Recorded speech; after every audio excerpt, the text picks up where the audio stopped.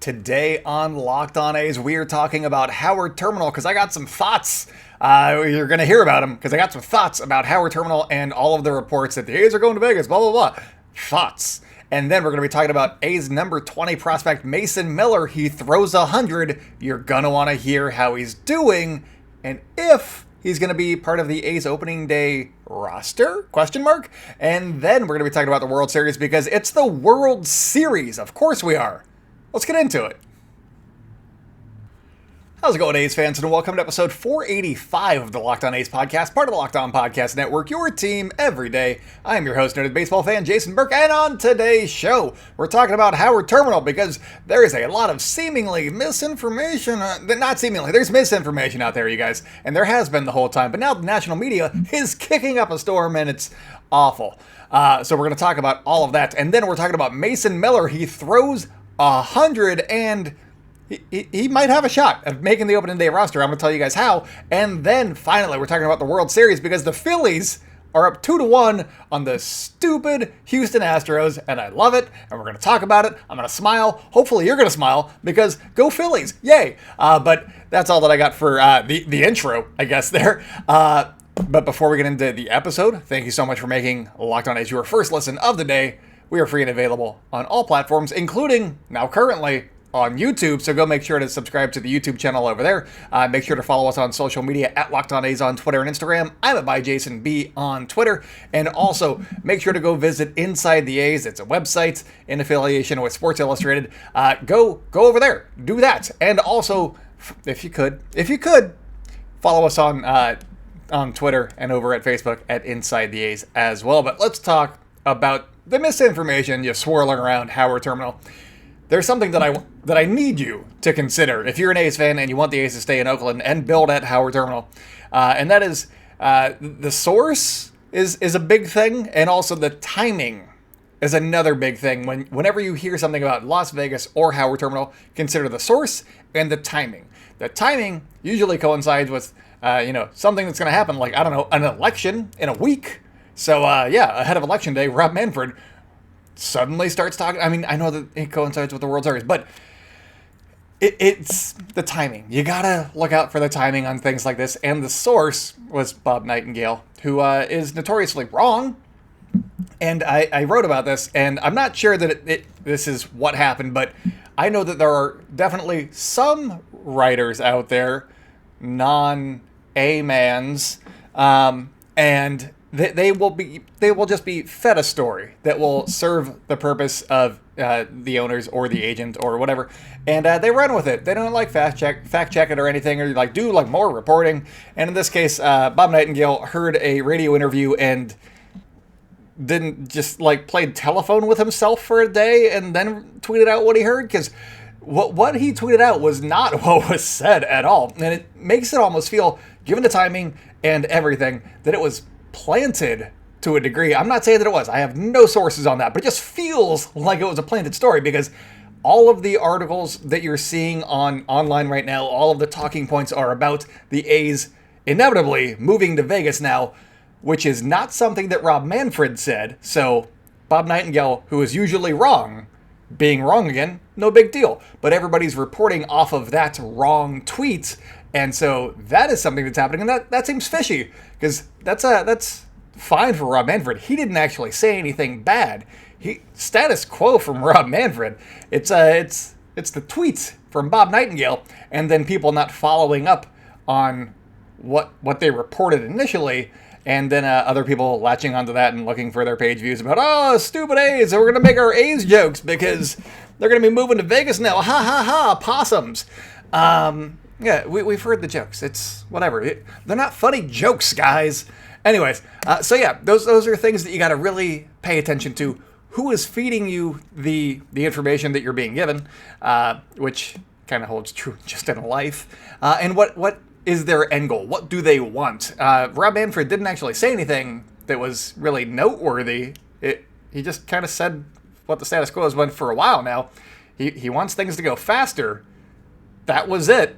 And that he's not optimistic about the A's staying in Oakland, but that's his opinion. That means nothing.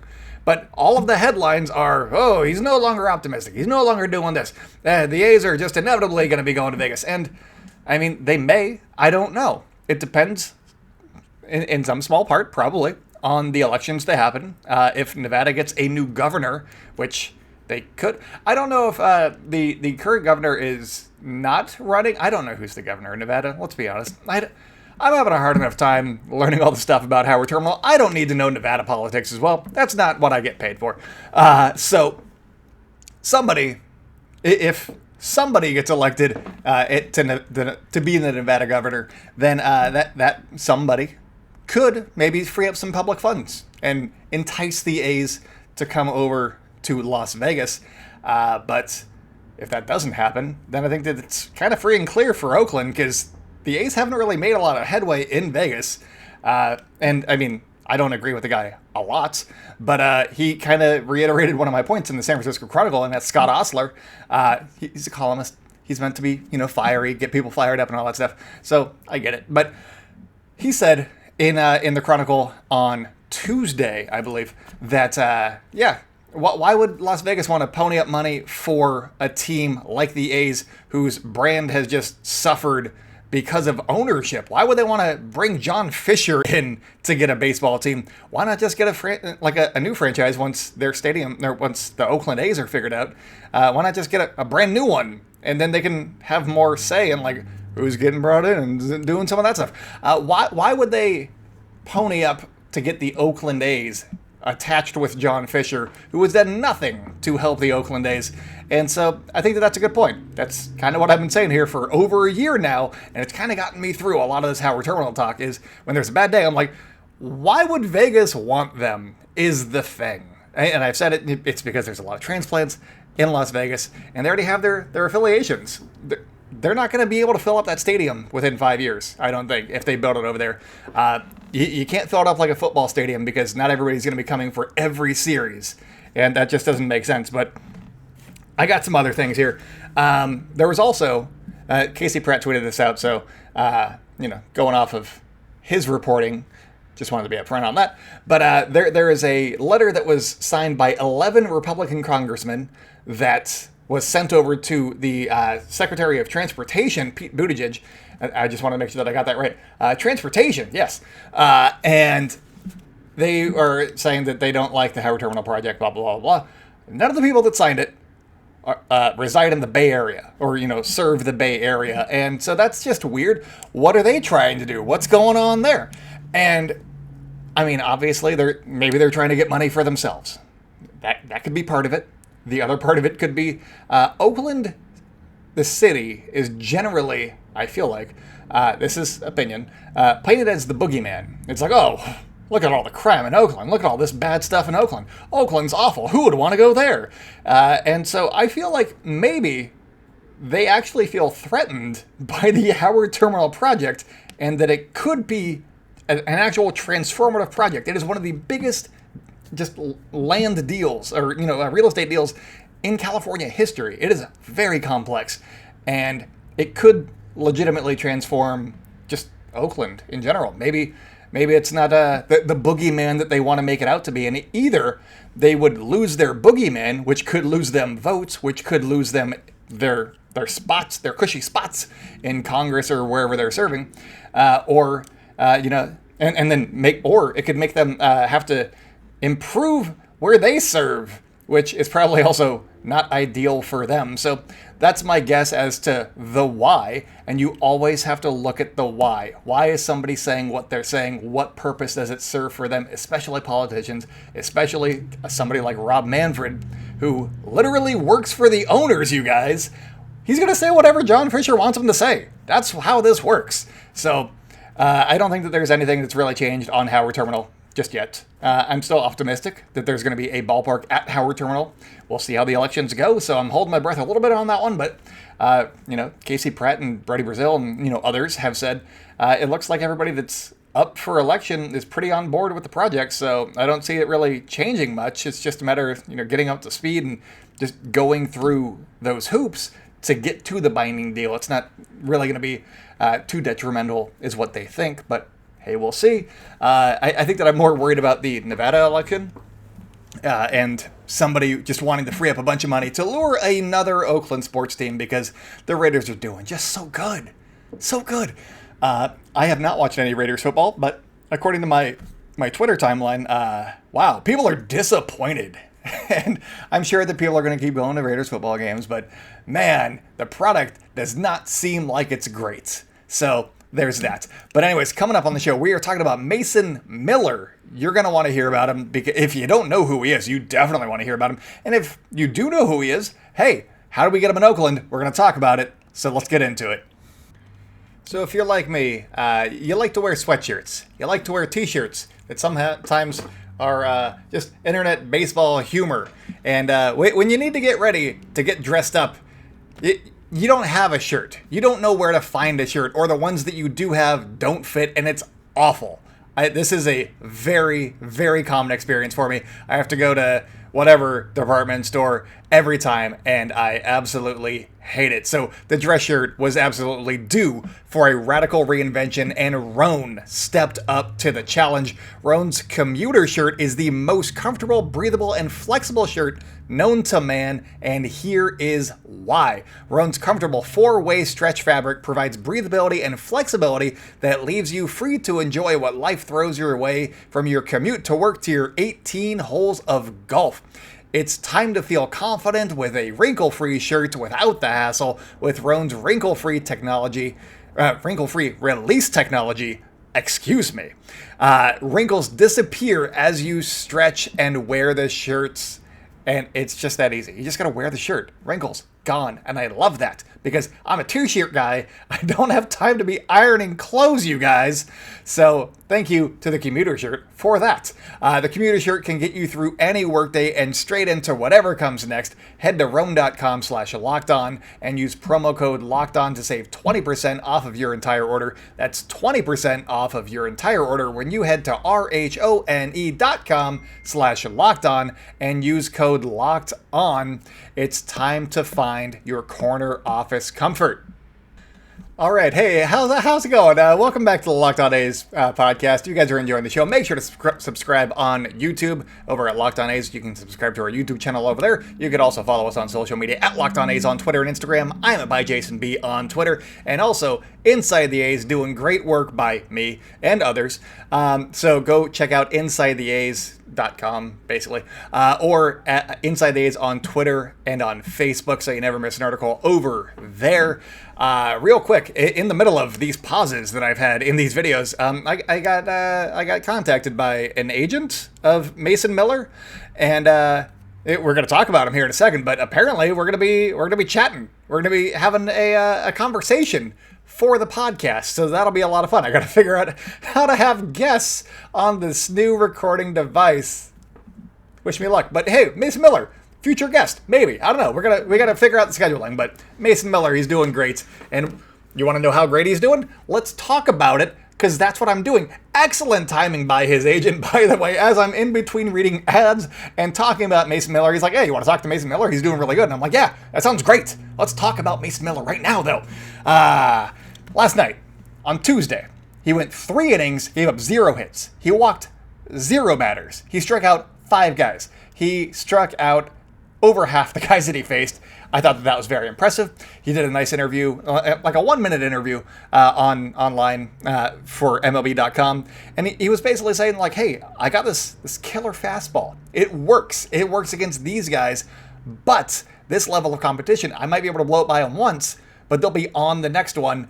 And so he has to kind of work on how to pitch. And that's more or less what he said. And that makes me believe that he wants to stay a starting pitcher, which he is, throwing upper 90s, touching 100. I love the idea of Mason Miller. The reason that you may not have heard of him so far is because he's only thrown 20 professional innings. I mean, outside of what he's just done in the Arizona Fall League as well. But up until the Arizona Fall League, 20 professional innings since being drafted in 2021. He missed a lot of time this season with a right scapula strain, I want to say, shoulder stuff. So that's not great. So he missed some time. And he got a little bit of playing time in both Lansing and also rookie ball. And then they just threw him over to Las Vegas for a couple of starts, and he did okay. He did fine. He's doing good. I believe he's 24 years old, so he's a little bit older. He was drafted out of college, but yeah, he's got some stuff. And I think that the A's might potentially want to see let's see how spring training goes. I don't want to get ahead of ourselves, but let's see how spring training goes. Maybe they try and stretch him out a little bit more to get him ready for 2024, potentially as a starting pitcher, because he's got some tools, you guys. Did I mention that he throws nearly over 100? He can. He's working on his changeup. He wants to go fastball changeup. That's what he's working on. Really just messing with hitters' timing, because he's got some tools. He has 20 innings in pro ball. He did toss 92 and 2/3 innings in college in 2021. He was drafted in 2021, so his arm has been built up a little bit, but it's not going to be enough to endure a full major league season just yet. You would imagine that he might be able to go like 100 innings, maybe. I don't know. He didn't pitch a lot this year, but that's why he's in the Arizona Fall League. And this is part of why I love the Arizona Fall League, is because guys that miss time, they can go and show out and make a name for themselves on the prospect scene, and also to people like us, or to me, and then through me, hopefully you guys like him as well. Just because there's less competition. There's not. How many teams are there? There's so many minor league teams. You don't got to cut through all of those guys. There are 3 games every day. There are 6 teams. And, every 5th day you get to go out there and be like, hey, here's my stuff. And there's always prospect people in the stands waiting to just write about the biggest stories. And Mason Miller has been one of those guys who has been one of the bigger stories of the Arizona Fall League. He's still, he's allowed like 5 runs in 13 innings. So his ERA is a little bit, it's in the 3s. He hasn't completely and utterly dominated. He's given up, a few runs here and there, but he's got some stuff. He's got something, and I'm very intrigued by that something. And I want to see what he can do at the big league level. And I think that if he has a decent spring training, maybe injuries are a concern, maybe they're not. I don't know how the A's are feeling about that internally, but if they are a little bit worried, maybe they want to see what he can do at the big league level. Screw it. Why not? Put him on the opening day roster for the A's. Throw him in the bullpen. Hopefully he gives you 40, 50, 60 innings. And, get him some experience. Have him work on... Because, he's already pitched in AAA. Not a lot. He's got like 12 innings in AAA. 7 innings? Not a lot of innings in AAA. And so he hasn't pitched in the pros much at all. But he also hasn't had upper-level experience either. So... maybe you want to have him work on some of his pitch mix stuff and working on refining some of his tools. But if they feel like he's ready, screw it. Bring him up. Put him in the bullpen. If he takes some lumps, he takes some lumps. But he's going to grow from those. And he is an immense talent. See what he can do. I'm intrigued. I am very intrigued as to what Mason Miller could do. I'm not saying he's going to be on the opening day roster, but what he could do out of the A's bullpen in 2023. Because they don't have a lot of guys that throw super hard and are super exciting and young and, not Lou Trevino. So, Lou Trevino didn't throw this hard. But anyways, I'm excited about Mason Miller. I hope that you're also now excited about Mason Miller a little bit, or at least you know about him. He's the A's number 20 prospect. He could be a lot higher if he had been a little bit healthier the last couple of seasons. He's got some stuff. And I want to see what he can do in the bullpen if he has a good spring training. Or, that's it. Get excited about Mason Miller. Maybe we'll have him on the podcast. We're going to try and work out some scheduling details with his agent and see what happens there. Because Mason Miller, he's coming to Oakland at some point. I want to see him now. I want to see him right now. So that's it. We're going to talk about the World Series. We're going to talk about the World Series, and we'll get into that. Welcome back to the Locked On A's podcast. If you guys are enjoying the show and you've made it this far, please leave us a 5-star review on your platform of choice, or, give us a thumbs up on YouTube, or comment, or do something over at YouTube as well. Make sure to follow us on social media at Locked On A's on Twitter and Instagram. I'm at ByJasonB on Twitter. If you guys have any questions for us, join our Twitter community, pose a question over there, and, make some friends with some A's fans. There's some good people in there, and go do it. Also, make sure to follow Inside the A's on Twitter and on Facebook. There's some good stuff happening over there as well. I'm very excited about that project. It's going well. 2 weeks in, having a great time, and getting a decent amount of page views, which is always nice. But let's talk about the friggin' World Series here, you guys. Tonight, which is roughly an hour from now as I'm recording, we are going to be seeing the Philadelphia Phillies going against the Houston Astros, because that's the World Series matchup, obviously. But it's going to be Aaron Nola going against Christian Javier, and I don't want to say that the Phillies caught a break because I think that they earned it. They earned this easily. But Monday's rainout definitely set up this matchup, which is wonderful. I think that if the Phillies can win Game 4 tonight with Nola on the mound, because he was going to be facing Christian Javier was going to be facing like Noah Syndergaard in the bullpen, and Christian Javier is really good, and I think that having Nola going against him is beneficial for the Phillies, obviously, because Aaron Nola is fantastic. But also, you're not going to be wasting the Phillies bullpen game on a game that they could potentially win anyway against Justin Verlander in Game 5. And I think that's the key right there, because Justin Verlander has sucked, which is just so nice as an A's fan. Even though, the A's could never figure him out, he sucks in the postseason, and especially in the World Series. So you love to see it, and I have to believe that if the Phillies have a chance to close it out in Game 5 in Philadelphia, going against Justin Verlander, even with like Noah Syndergaard giving them like 3 innings, and then a smattering of bullpen guys, I think the Phillies are winning that game. And so Aaron Nola going tonight instead of, Game 5, where they would probably be looking to tie it up at 2-2, and also he'd be kind of wasted going against Verlander because Verlander sucks. I think that is a huge benefit. So the baseball gods or I guess the weather gods in Philadelphia, great job out of you guys. I see a clear path to victory for the Phillies. I'm not saying that they are hands down going to win. They're up by a game in the series, so it's not like it's not over and done with. They still have to win tonight. I think tonight is the big one for the Phillies because they got one of their aces on the mound. They have to win the games with their aces on the mound, or at least split them, and you don't want to leave it to Zach Wheeler in Houston after he already got beat up a little bit by the Astros in Houston. So you don't want to leave it up to him with the series on the line. So Aaron Nola is gonna be a big key for the Philadelphia Phillies in this game. I really think that the Phillies might be able to sweep him out of Philadelphia, and I would be super happy with that. And I'm really intrigued to see what the Houston Astros social media does after they lose another World Series, because they've been really chesty after they eliminated some guys or some teams after they beat the Seattle Mariners. They said, "See you next year," and it was SEA. And people thought that was not okay. And I was like, it's a clever pun, but also I hate the Astros, so I don't like it. And that's how I came down on that one. And then for when they beat the Yankees, they swept the Yankees. They said, "You wanted us, you got us." And then, the rest of it happened. So there was that.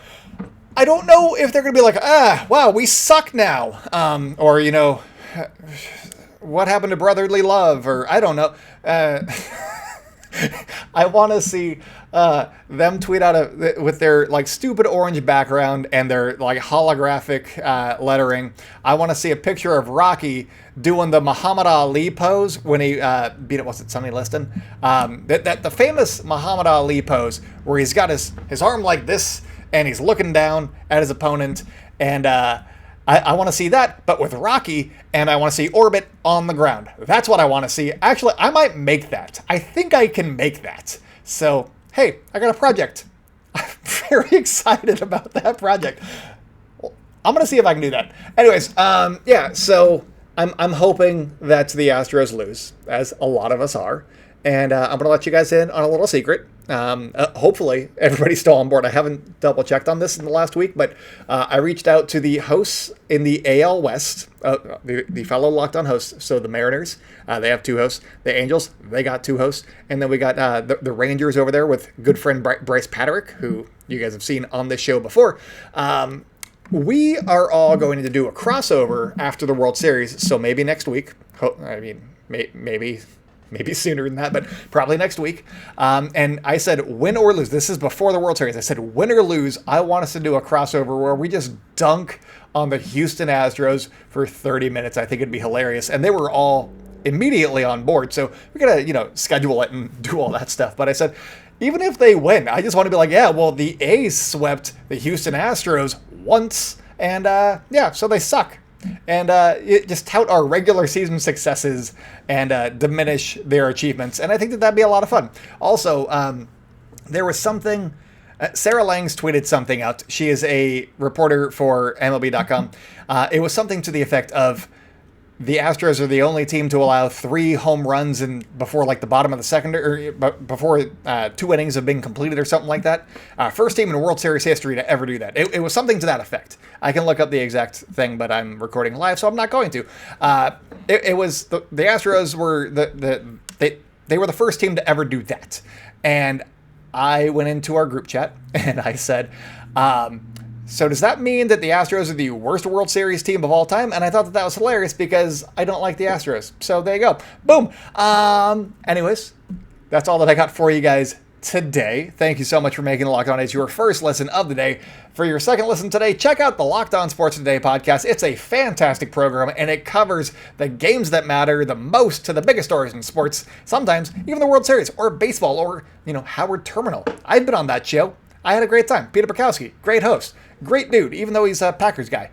So go beyond the scoreboard and behind the scenes with local experts like this guy, and insights only Locked On can provide. Locked On Sports Today, available on this app, YouTube, and wherever you get your podcasts. So wherever you're listening to this or watching this, subscribe to Locked On Sports Today and Locked On A's, and make sure to follow us on social media at Locked On A's on Twitter and Instagram. I have a by Jason B on Twitter. If you guys have any questions for us, make sure to join our Twitter community over there. Pose a question, make some A's friends, and also make sure to follow Inside the A's on Twitter and on Facebook. But that is all that I got for you guys today. So until next time, go out and celebrate good times, A's fans, and I will talk at you tomorrow.